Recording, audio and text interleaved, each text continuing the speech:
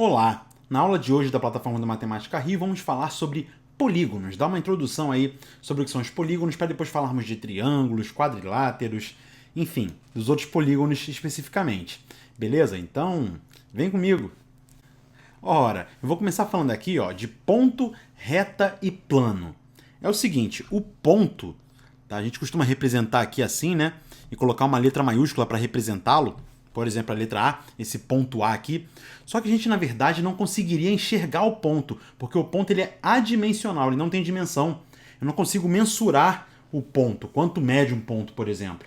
Ele não tem dimensão, concorda comigo? Agora, se eu fizer dois pontos aqui, por exemplo, ponto A, aí vou fazer aqui um ponto B, tá? Entre esses dois pontos aqui, quando eu tenho dois pontos, eu consigo traçar o quê? Uma reta. E a reta ela é unidimensional. Ela tem uma única dimensão aqui. Consegue perceber? É por isso então que se eu fizer uma reta, digamos essa reta S aqui, eu posso medi-la em centímetro, em metro, em quilômetro, porque tem apenas uma única dimensão. Então metro elevado a 1, centímetro elevado a 1, é ou não é? Agora perceba, se eu colocar mais um ponto aqui, digamos C, que não seja colinear a esse ponto A e B, ou seja, que não pertença a essa reta S, colocar um ponto C por aqui assim, aí eu consigo definir uma região plana. Eu defino um plano ali, certo? Com duas dimensões. É ou não é? Olha só, vamos conectar esses pontos A, B e C aqui. Eu vou formar exatamente aqui um triângulo, sim ou não? Conectando esses pontos, formei um triângulo, e o triângulo ele é uma figura plana, ele tem duas dimensões. E aí, se eu quiser saber, por exemplo, a área de um triângulo, ou a área de qualquer figura plana, de qualquer região plana, eu vou ter que medir como? Em metro quadrado, centímetro quadrado, quilômetro quadrado.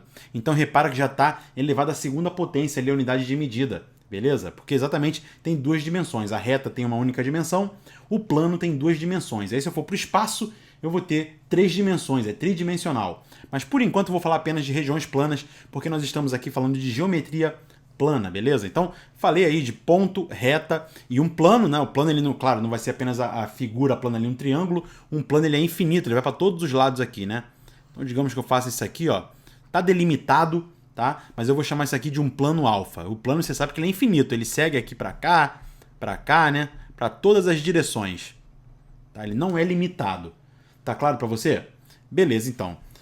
Mas o que são polígonos de fato, Aqui eu trouxe uma definição de polígono para você. Eu trouxe duas, uma definição mais informal e a outra sendo bem mais formal. Olha só. Polígono é uma figura plana formada por vários segmentos consecutivos não colineares que não se cruzam e somente se tocam nos extremos. Então, por exemplo, isso daqui não seria um polígono dessa forma. Para ser um polígono, eu precisaria deletar esses segmentos aqui que estão aqui por dentro.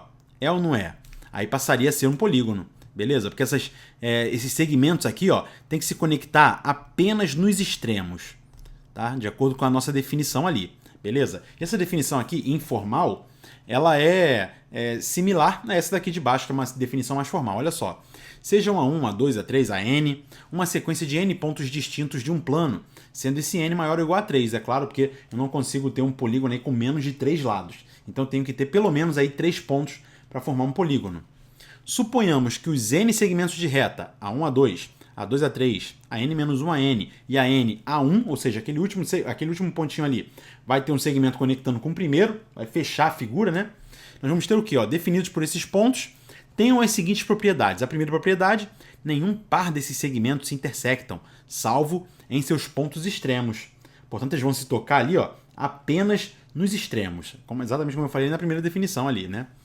E dois desses segmentos que têm uma extremidade em comum não são colineares, ou seja, não estão contidos em uma mesma reta. Então, eu posso ter uma situação assim, por exemplo, né? Aqui eu formei um quadrilátero, mas eu nunca poderia ter, por exemplo, dois segmentos aqui colineares, assim, dessa forma. Por exemplo, AB, C. Esses três pontos aqui, digamos que sejam colineares, estão numa mesma reta. Agora, AB, esse segmento AB e o segmento BC, por exemplo, eles vão ser consecutivos, eles estão na mesma reta. Logo ali, aquilo ali não vai formar um polígono, tem que fazer um ângulo. Por exemplo, o AB teria que fazer um ângulo aqui com o BC. Aí sim, eu conseguiria prosseguir com a minha definição de polígono. Tranquilo? Vamos dar aqui agora, então, para ficar mais claro para você, alguns exemplos de polígonos. Olha só, deixa eu tirar aqui e trocar a tela. Tá aí, ó. São polígonos essas figuras aqui, todas elas. Você percebe o seguinte, você vai falar assim, mas professor, essa última aqui é polígono? Essa daqui é polígono? Porque as outras é fácil perceber que é, né? A gente está mais acostumado a ver, por exemplo, um pentágono, um quadrilátero, um triângulo, mas essas aqui, dessa forma aqui, com reentrâncias, é polígono sim, tá? Contanto que não se cruzem os segmentos. Por exemplo, uma figura desse tipo aqui, ó, nesse caso não seria polígono, é ou não é? Porque eu teria um ponto aqui, um ponto aqui, um ponto aqui, eu teria 3 pontos colineares e aí não formaria um polígono, como eu coloquei aqui nesse exemplo. Ó, não são polígonos essa figura aqui e essa figura aqui você vai falar assim, mas professor, essa figura de baixo não é um triângulo? Tá? Porque nesse caso, tá, beleza, é um triângulo porque tem 3 lados aqui, mas olha só, não seria um polígono, por quê? Porque nesse segmento aqui, nesse lado do triângulo aqui de baixo, eu tenho 3 pontos colineares. Então esse lado E1, E2 aqui, tá? Seria um prolongamento, por exemplo, do lado E3, E2. Tá? Seria um prolongamento ali e não teria razão de existir esse ponto E2. Se esse ponto E2 aqui não existisse, aí sim, seria polígono, seria um triângulo perfeitamente. Beleza? Agora é o seguinte, esses polígonos aqui que vocês estão mais acostumados a ver, por exemplo, esse aqui, eles são chamados de polígonos convexos. É isso aí. Por exemplo, se eu estender aqui um lado, fizer uma reta que estenda os lados, por exemplo, aqui assim, ó, tá? Se eu fizer essa reta que estenda aqui, todo o polígono, em qualquer um dos lados eu posso fazer isso, tá? Todo o polígono vai se situar apenas em um único lado dessa reta, desse lado aqui no caso, tá? Do outro lado, você percebe que não tem nada do polígono, é ou não é? Agora perceba o que acontece, por exemplo, quando eu faço isso com esse lado desse polígono aqui que é cheio de reentrâncias. Olha só o que acontece, ó. Se eu fizer uma reta aqui que é uma extensão desse lado, tentar fazer o melhor que eu posso aqui, assim, né? Até que ficou bom. Olha o que acontece, se eu fizer essa reta aqui, tem uma parte do polígono que está desse lado e tem uma parte do polígono que está do outro lado. Aí esse polígono é chamado de polígono côncavo.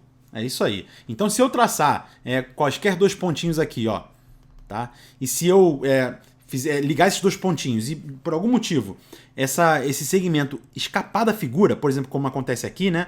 Ó, se eu fizer um pontinho aqui e ligá-los, vai sair da figura. E esse é um polígono, então, côncavo.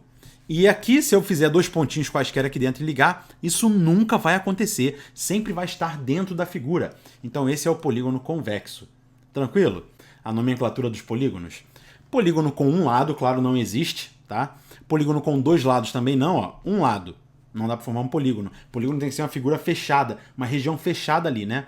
Com 2 lados eu também não consigo fechar, mas com 3 eu já fecho. E aí forma o quê? O triângulo. Tá aqui, ó, com 3 lados. Com 4 lados é o quadrilátero, tem um pentágono com 5, hexágono com 6, heptágono com 7. Aí tá a lista, tá? O que é importante pra gente saber aqui é até o polígono que tem 12 lados, o dodecágono. Quase nunca a gente usa o tridecágono, tetradecágono e até o eneadecágono. Agora, o icoságono também, às vezes, é utilizado. Então, é importante a gente saber a nomenclatura desses aqui, ó, até o 12 e depois o do 20. É ou não é? Então esses aí são os mais utilizados aí para você se preocupar com o nome, mas no Enem imagino que ele não cobre esse conhecimento de decoreba para você. Mas assim, com a prática a gente acaba decorando os nomes, beleza? Então aqui estão os nomes dos polígonos aí, até o polígono que tem 100 lados. Depois eu vou falar um pouquinho aqui, ó, sobre os polígonos regulares, tá? O que são os polígonos regulares? Primeiro eu vou falar para vocês o que são polígonos equiângulos. Como o nome já diz, né? Equi é um radical que significa o quê? Igual. Tá? Então, ângulos iguais. Por exemplo, esse retângulo aqui, tá? Ele tem ângulos iguais a 90 graus. Aqui é 90 também. 90 graus. 90 graus. Todos os ângulos são iguais a 90 graus. Beleza? Mas ele não é um polígono regular. Porque para ser um polígono regular, ele não precisa ser equiângulo apenas. Ele precisa ser o quê? Ele precisa ser equilátero. Precisa ter os lados iguais também. Nesse caso, você percebe que esse lado aqui é igual a esse, mas é diferente desse aqui. Então não forma um polígono regular. Agora repara que essa figura aqui, ABCD, tá? Esse polígono ABCD, ele tem os ângulos todos retos, ângulos de 90 graus, e todos os lados, esse e esse, são todos com a mesma medida. Beleza? Então ele é sim um polígono regular, que nesse caso aí, um quadrilátero regular, com todos os ângulos iguais e todos os lados iguais, ele é denominado de quadrado, beleza? E se não tiver, é claro que todo quadrado é um retângulo, mas nem todo retângulo é o quadrado, como você pode perceber aqui, né? Para ser retângulo, basta que tenha todos os ângulos retos. A gente vai falar mais sobre isso na aula sobre quadrilátero. Muita calma nessa hora, que eu só estou falando de polígonos regulares. E os equiláteros? Você percebe que esse polígono aqui, ó, o lado AD é igual ao lado AB, que é igual ao lado BC, que é igual ao lado CD. Porém, os ângulos aqui dentro, ó, esse ângulo vai ser igual a esse aqui, da maneira que eu construí, tá? E esse ângulo aqui vai ser igual a esse. Mas esses ângulos aqui, ó, o ângulo A e o ângulo C, são diferentes dos ângulos D e B. Portanto, não é uma figura que forma um polígono regular. Isso aqui seria um losango, beleza? Agora aqui eu tenho os lados todos iguais também, tá? Eu usei os mesmos lados, a mesma medida desse lado aqui, desse losango, eu usei para fazer essa figura aqui. Que tem os lados iguais e tem os ângulos também, todos eles iguais, ou seja, ângulos congruentes. E nesse caso vai formar também um quadrado. Olha aí. Portanto, eu posso dizer também que todo quadrado é um losango, mas nem todo losango é um quadrado. Para ser losango, basta que tenha os 4 lados iguais. E, portanto, nesse caso aqui, o quadrado, eu coloquei como representando um polígono regular. Mas é claro que nós temos ali pentágonos regulares, nós temos os hexágonos regulares, basta que tenha todos os ângulos internos ali congruentes, todos com a mesma medida, e todos os lados iguais, também com a mesma medida, aí a gente forma os polígonos regulares. Aqui, por exemplo, eu coloquei aqui algumas figuras que vocês vão poder analisar melhor o que são os polígonos regulares, que são os que estão aqui em cima, tá? Em laranja, e os irregulares que estão aqui embaixo. Repara que os regulares, você consegue perceber ali toda a congruência dos seus ângulos e também a igualdade dos seus lados, tá? Então, em todos os polígonos aqui acontece isso. No triângulo regular, que é o triângulo equilátero, esse lado é igual a esse, que é igual a esse, e os ângulos também são todos iguais, beleza? Num quadrado a mesma coisa acontece, tá? E os ângulos também, né? Todos os ângulos de 90 graus aqui num quadrado, ângulos iguais. Num pentágono, tá? Você percebe que todos os ângulos aqui também são iguais, são congruentes, e os lados também todos iguais. E num hexágono acontece a mesma coisa, ângulos iguais, tá? E lados todos eles iguais também. E perceba aqui embaixo nós temos um triângulo irregular, já que os ângulos nem todos eles são iguais.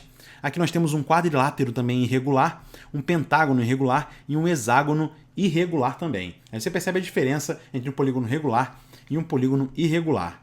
Tranquilo? Agora vamos falar da soma dos ângulos internos de um polígono. Começando, é claro, a falar da soma dos ângulos internos de um triângulo, que isso vai nos ajudar a definir a fórmula para calcular a soma dos ângulos internos de um polígono qualquer. Num triângulo, você percebe bem aqui que eu coloquei, ó, aqui nós temos o ângulo A, o ângulo B e o ângulo C, tá? Nessas cores correspondentes aqui. Se eu pegar, né, e marcar nesse triângulo aqui, esse ponto médio desse lado AC, por exemplo, e trouxer o ângulo A para cá, fizer uma dobradura, pode fazer na sua casa aí, tá? Pega um triângulo qualquer, não precisa nem ser equilátero não, qualquer triângulo.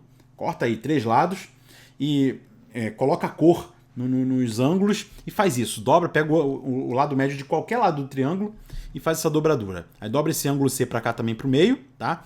E pega esse ângulo B, dobra para baixo para o meio também. Aí vai acontecer esse esquema aqui, que vai formar, claro, essa figura. E aí você percebe nitidamente que a soma dos ângulos internos de um triângulo sempre vai dar 180 graus. Sempre. E aí é o seguinte, para um polígono qualquer, tá? A soma dos ângulos internos vai ser o quê? Eu posso muito bem pegar um polígono qualquer aqui, digamos que eu tenho esse quadrilátero ABCD, e aí eu conecte o vértice A aqui no vértice C. Conectei dessa forma aqui. O que aconteceu? Eu separei esse quadrilátero em 2 triângulos. Como eu já sei que a soma dos ângulos internos de um triângulo é 180, a soma dos ângulos internos de um quadrilátero vai ser quanto? 180 graus aqui, ó, desse triângulo, mais 180 graus desse triângulo vai ser 360 graus. Olha aí.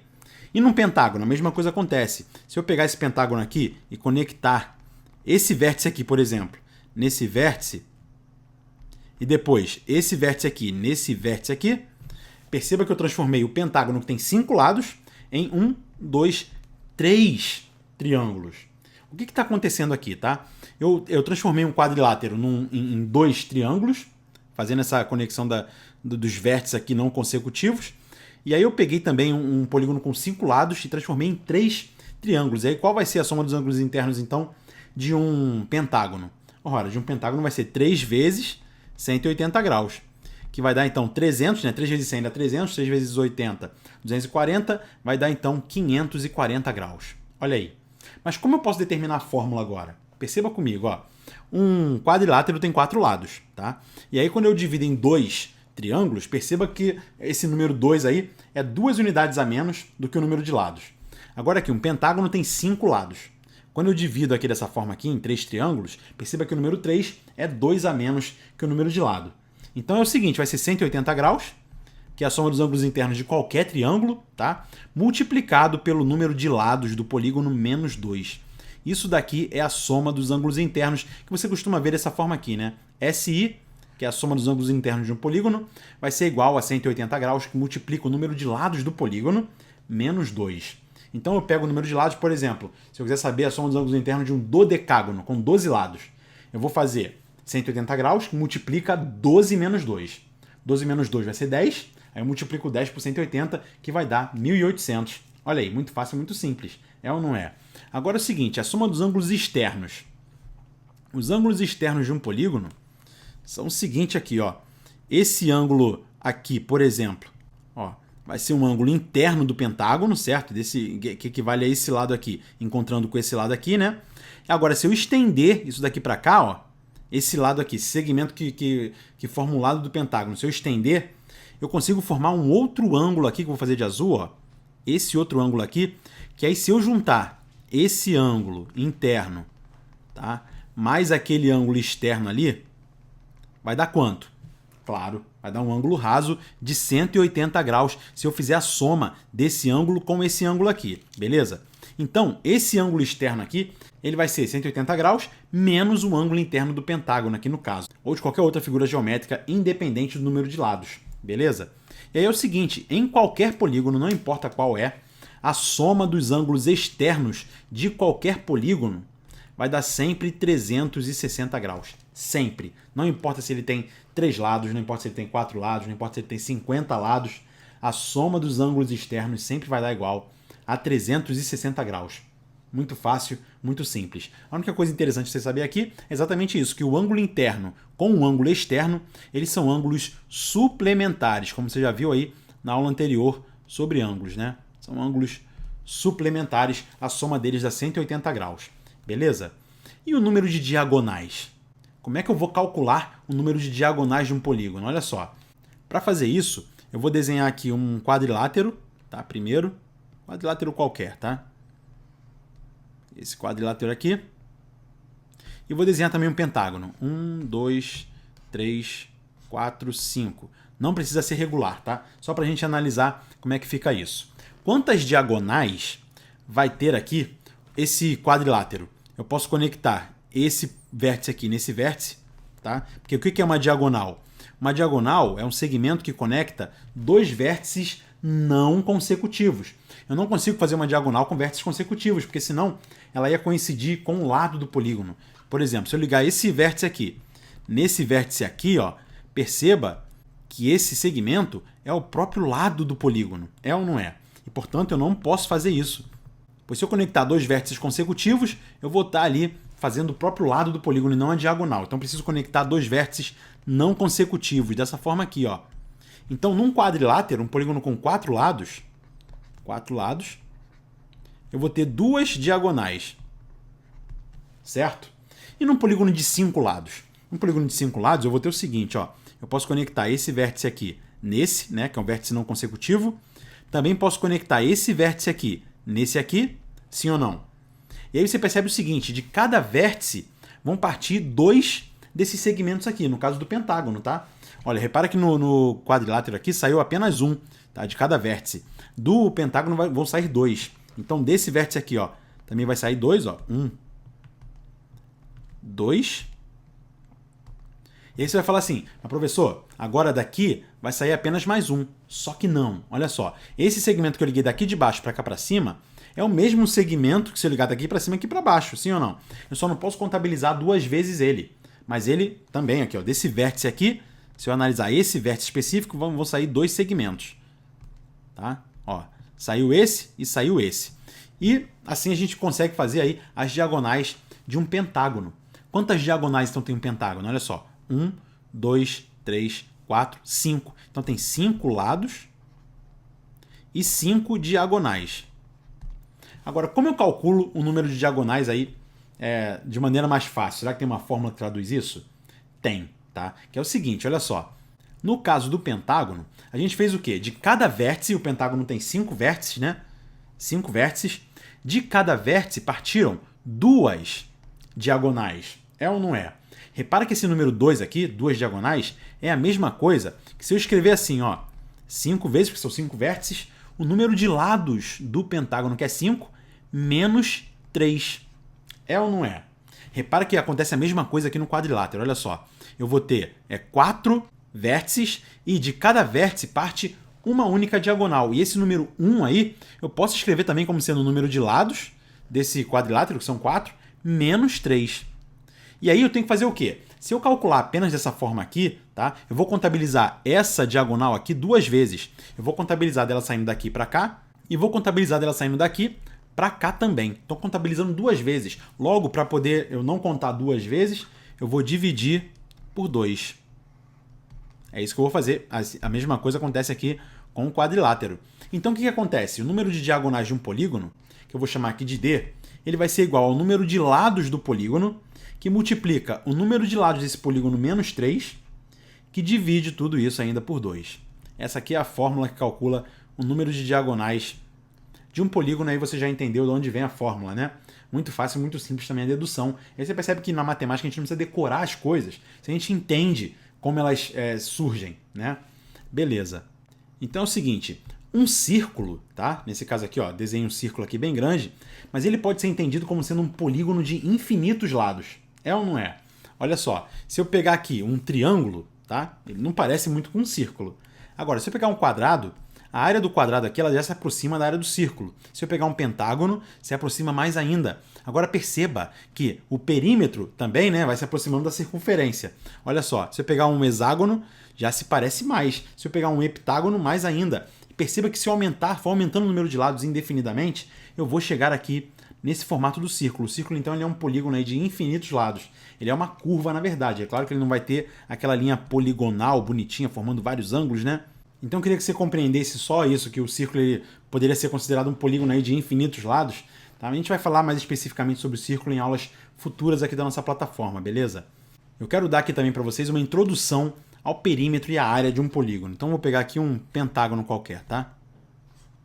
Só a introdução. Eu não vou me aprofundar nesse assunto agora nesse momento, vamos falar mais aprofundadamente em outras aulas. O perímetro, assim, perímetro e área são assuntos básicos de matemática, estão lá no ensino fundamental ainda, mas você sabe muito bem que o perímetro, no caso, esse contorno preto da figura aqui, né, ele seria o perímetro, ele é o contorno da figura, enquanto que a área do pentágono, por exemplo, é toda a superfície dele, beleza? Como eu falei antes, né, o perímetro ele tem uma única dimensão, eu poderia muito bem pegar uma tesoura, cortar esse segmento preto em algum lugar aqui e esticar, eu teria uma única dimensão, então eu meço aí em metro, centímetro, quilômetro, né? Já a área não, a área tem 2 dimensões, eu preciso da base e eu preciso da altura para saber a área, beleza? Eu só consigo calcular uma superfície aí utilizando 2 dimensões. Tá claro para você? Então beleza, eu separei aqui uma questão do Enem de 2002, tá? É um Enem bem antigo, mas com a cara do Enem, né? Mas é uma questão bem legal aí sobre polígono que eu quero que você tente fazer, tá? Olha só. Na construção civil, é muito comum a utilização de ladrilhos ou azulejos com a forma de polígonos para o revestimento de pisos ou paredes. Entretanto, não são todas as combinações de polígonos que se prestam a pavimentar uma superfície plana, sem que haja falhas ou superposições de ladrilhos, como ilustram essas figuras aqui, né? Repara que se eu pegar o heptágono, eu não consigo preencher o plano sem fazer essa sobreposição aqui, ó. Tem uma sobreposição, né? Aí é o seguinte, a tabela traz uma relação de alguns polígonos regulares com as respectivas medidas de seus ângulos internos. Tá aqui, né? Se um arquiteto deseja utilizar uma combinação de 2 tipos, ele quer 2 tipos, ó, diferentes de ladrilhos entre polígonos da tabela, sendo um deles octogonal, então ele quer um octógono, o outro tipo escolhido deverá ter a forma de quê? Vamos lá. Para eu poder preencher o plano, você percebe que eu consigo preencher com um triângulo. Tá? Se eu pegar triângulos aqui, ó, e colocar um do lado do outro, eu consigo perfeitamente preencher o plano. Por quê? Porque nesse ponto central aqui, ó, eu consigo dar uma volta completa sem superposição. Eu consigo dar um giro de 360 graus só usando os triângulos. Da mesma forma, se eu usar os quadrados, ó, usei um quadrado aqui, usei um quadrado aqui, aqui e aqui. Com o quadrado eu consigo também, porque aqui cada quadrado tem 90 graus, né? Então se eu pegar 90 graus vezes 4, eu consigo também os 360 graus. Olha aí. Agora, com o pentágono eu não consigo, porque isso não vai dar 360 graus certinho. Se eu pegar 108 e somar 3 vezes, eu não consigo chegar no 360, beleza? E se eu pegar 4 vezes, já ultrapassa. Com o hexágono eu consigo. Ó, você percebe que se eu pegar 3 hexágonos, né? Aqui tem 120, aqui, num outro hexágono aqui, ó, teria 120 também, e num outro hexágono aqui, ó, teria 120, eu completaria 360. Então, 3 hexágonos conseguem formar um ângulo de 360 graus. Agora, o octógono tem 135 graus. Então, se eu pegar um outro octógono aqui, ó, tá? Pegar um outro octógono, ele vai me dar aqui também, ó, um ângulo de 135. Ó. Então, digamos que esse ângulo aqui é 135, esse aqui também é 135. Então, eu vou ter quanto aqui no total? 270 graus. 135 graus mais 135 graus, 270. E aí, para completar uma volta, né, dar o giro completo ali, né, de 360, vai faltar o quê? Ó? Vai faltar exatamente um ângulo aqui de 90 graus. E aí, eu vou completar com qual figura, então? Com o quadrado. Porque com o quadrado, como tem ângulo de 90 graus aqui, eu posso muito bem colocar um quadrado aqui, ó, e depois seguir colocando octógonos, que vou conseguir formar tranquilamente o padrão ali, né, da figura. Um quadrado no meio e 4 octógonos em volta do quadrado. É ou não é?